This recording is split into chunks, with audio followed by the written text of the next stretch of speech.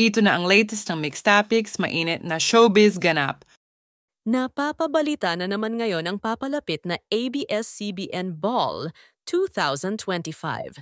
Dahil marami ang excited para sa kanilang mga iniidolo kung sino-sino ang mga dadalo sa ball, mapa solo artist man ito o mga love teams. Kaya naman inaabangan na talaga ito na gaganapin sa April.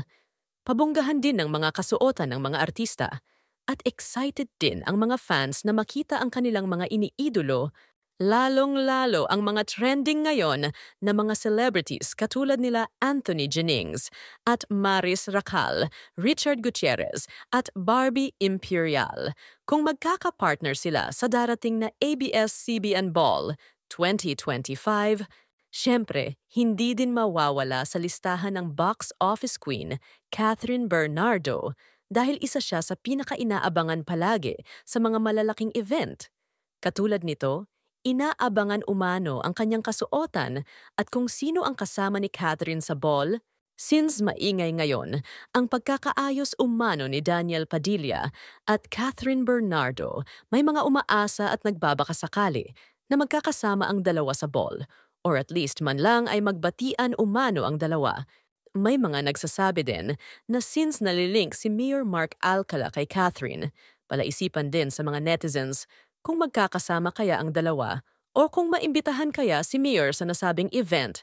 Marami nga ang hindi pabor sa pagkakalink ng pangalan ni Mayor Alcala kay Catherine dahil hindi umano sila pabor tungkol sa usaping taken na si Catherine. Mayroon din naman nagsasabing wala naman daw silang nakikitang masama kung talagang in a relationship na si Catherine sa isang politiko dahil single naman si Catherine at ang mayor. Samantala, since papalapit na nga ang ABS-CBN Ball, may mga fans na nagbabakasakaling maimbitahan. Umano si Alden Richards sa event dahil love team naman sila ni Catherine sa pelikulang Hello Love, Again. Dahil ito na ngayon ang pinaka-highest grossing Filipino film of all time, kaya malamang ay iimbitahan si Alden. Since team up ng GMA Pictures at Star Magic ang Hello Love Again at masasabing malapit din si Alden sa mga boses ng ABS-CBN, hindi umano malayong hindi nila imbitahan ang kapuso actor Alden Richards. Kung matatandaan, may mga gatherings na rin na makailang beses ng kasama ng mga kapamilya bosses at artists si Alden Richards at marami ding mga kaibigan si Alden sa kabilang network, kaya malaki ang chance na maimbitahan ang box office King Alden Richards. Kung sakaling maimbitahan at dumalo umano si Alden Richards, ay umaasa naman ang mga Kathden fans na magka-partner sila ni Catherine Bernardo sa ABS-CBN Ball, kaya lalong na-excite pa ang mga tagahanga ng dalawa sa paparating na ABS-CBN Ball 2025. Looking forward naman ang mga fans ng Kathden. Ang isa sa mga inaabangan, bukod sa magkakasama sila ni Catherine, at magkikita ay excited din silang makita ang kanilang mga susuotin sa nasabing event.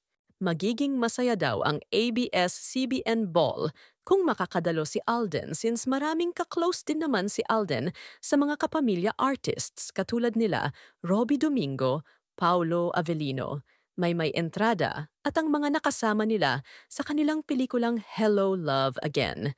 Medyo matagal-tagal na rin kasing hindi nakikita sina Alden Richards at Catherine Bernardo sa publiko na magkasama. Kaya naman ang mga fans ng dalawa ay excited silang makitang muli. Kung sa bagay ay maliwanag naman ang sinabi ni Alden noon na kung anuman ang mayroon sila ni Catherine ay papanatilihin nila itong pribado at very special ang samahan at relationship na mayroon sila ni Catherine.